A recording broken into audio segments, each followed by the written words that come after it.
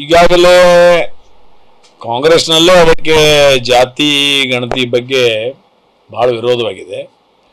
ಆ ವಿರೋಧಕ್ಕಿಂತ ಅದು ಸತ್ಯವಾಗಿರ್ತಕ್ಕಂಥ ವಿಷಯವನ್ನು ಅವ್ರು ಮಾತಾಡ್ತಾ ಇದ್ದಾರೆ. ಪ್ರತಿಯೊಂದು ಮನೆಗೆ ಪ್ರತಿಯೊಂದು ಸಮಾಜದ ಮನೆಗೆ ಹೋಗಿ ಕೇಳಿ ಹೇಳಿ ಏನು ಬರ್ಕೊಳ್ಳೋಂಥ ವ್ಯವಸ್ಥೆ ಇತ್ತು, ಆ ವ್ಯವಸ್ಥೆ ಎಲ್ಲಿಯೂ ನಡೆದಿಲ್ಲ. ಒಂದು 4-6 ಮನೆಗೆ ಹೋಗಿ ಆ ರೀತಿಯಾಗಿ ಅದನ್ನು ಬರ್ಕೊಂಡು ಬಂದಿದ್ದಾರೆ. ಬಟ್ ಅದನ್ನು ಅವ್ರು ವಿರೋಧ ಮಾಡ್ತಾ ಇದ್ದಾರೆ. ಆ ನಿಟ್ಟಿನಲ್ಲಿ ಆ ಜಾತಿ ಗಣತಿ ಬಗ್ಗೆ ಇನ್ನೊಮ್ಮೆ ಒಂದು ಆಯೋಗವನ್ನು ನೇಮಕ ಮಾಡಿ ಸವಿಸ್ತಾರವಾಗಿ ಪ್ರತಿಯೊಂದು ಮನೆಗೆ ಹೋಗಿ ಆ ಜಾತಿ ಗಣತಿಯನ್ನು ಮಾಡೋದು ಒಳ್ಳೆಯದು. ಮತ್ತು ಈಗಿದ್ದನ್ನು ಕೈ ಬಿಟ್ಟಷ್ಟು ಬಹಳ ಸೂಕ್ತವಾಗಿರ್ತಕ್ಕಂಥ ಸಂಗತಿ. ಈಗ ನೀವು ಕೂಡ ಒಬ್ಬ ಕಮ್ಯುನಿಟಿ ಲೀಡರ್, ನಿಮ್ಮ ಕಮ್ಯುನಿಟಿ ವಿಚಾರದಾಗ ಹೇಳೋದಾದ್ರೆ ಅಥವಾ ನಿಮ್ಮ ಮನೆಯವರೆಗೂ ಈ ಜಾತಿ ಗಣತಿಯವರು ಯಾರಾದರೂ ಬಂದಿದ್ರಾ? ಏನು ನಮ್ಮ ಕಡೆ ಯಾರು ಬಂದಿಲ್ಲ, ಕೇಳಿಲ್ಲ. ನಮ್ಮ ಸಂಬಂಧಿಕರ ಮನೆಗಳಿಗೂ ಹೋಗಿಲ್ಲ.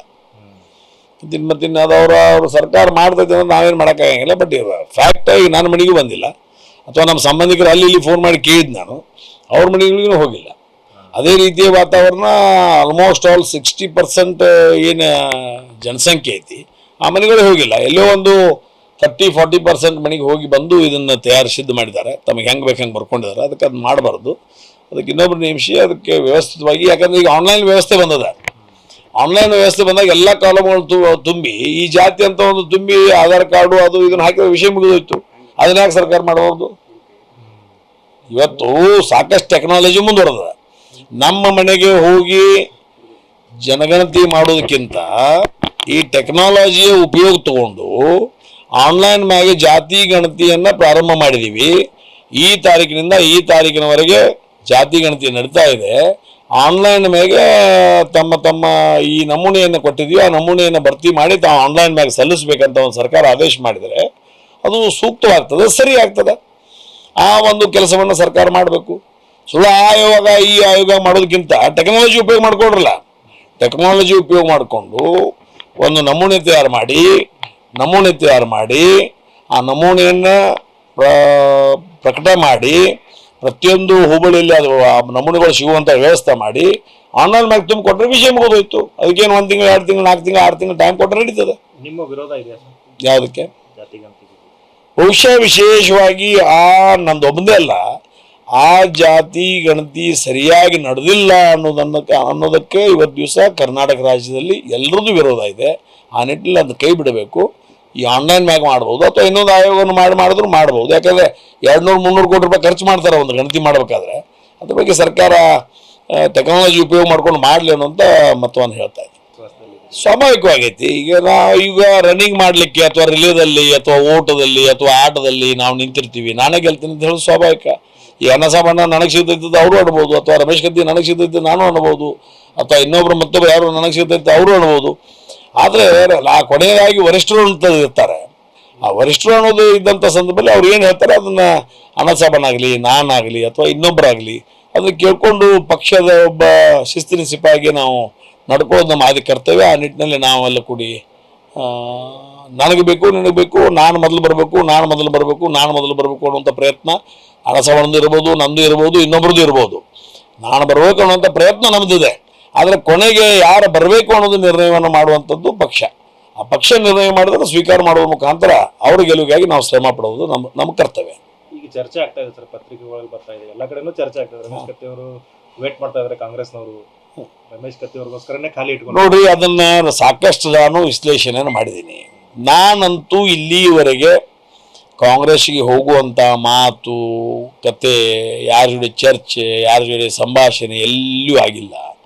ಒಂದು ನೀವಾಗಿ ಏನಂದು ಹೇಳ್ತಾ ಇದ್ರೆ ನಾ ಏನು ಮಾಡೋಕ್ಕಾಗೋದಲ್ಲ. ಇವತ್ತು ಎಷ್ಟೋ ಜನ ನಂಗೆ ಫೋನ್ ಮಾಡಿದರು, ತಾವು ಅಧಿಕೃತ ಅಭ್ಯರ್ಥಿ ಇದ್ದಾರೆ ಅಂತ ಬರ್ತಾ ಇದೆ, ತಾವು ಕಾಂಗ್ರೆಸ್ ಯಾದಿಯಲ್ಲಿದೆ, ಪೇಪರ್ದಲ್ಲಿ ಬಂದಿದೆ, ಟಿ ವಿಯಲ್ಲಿ ಬಂದಿದೆ. ನಾ ಅವ್ರಿಗೆ ಇಷ್ಟೇ ಹೇಳಿ, ಅವ್ರದ್ದು ಟಿ ವಿಪ್ಪ, ಆ್ಯಂಕರ್ ಅವ್ರ ಪೈಕಿ, ಪಗಾರ ಅವ್ರು ಕೊಡ್ತಾರೆ, ಅವ್ರು ಹೇಳಿದ್ದನ ಅವ್ರು ಹೇಳವ್ರ. ಮತ್ತು ಈ ಪ್ರಸ್ತುತ ಹಂಗಾದ. ಮೊದಲಿನ ಜರ್ನಲಿಸಮು ಈಗಿನ ಜರ್ನಲಿಸಮ್ಗೆ ಸಿಕ್ಕಾಪಟ್ಟೆ ವ್ಯತ್ಯಾಸ ಅದ. ಈಗ ಏನೋ ತಿಳಿದದನ್ನು ಬರೀತಾರೆ, ಬಟ್ ಅದಕ್ಕೆ ಅದು ಹೆಂಗೆ ಹಳ್ಳಿಯನ್ನು ಹಿಂಜಿ ಸತ್ಯವನ್ನು ಹುಡುಕಿ ಬರೆಯುವಂಥ ಒಂದು ವ್ಯವಸ್ಥೆ ಏನು 80ರ ದಶಕದಲ್ಲಿ 70ರ ದಶಕದಲ್ಲಿ ನಾವು ಕಾಣ್ತಾ ಇದ್ದೀವಿ, ಆ ಜರ್ನಲಿಸಮ್ ಈಗಿಲ್ಲ.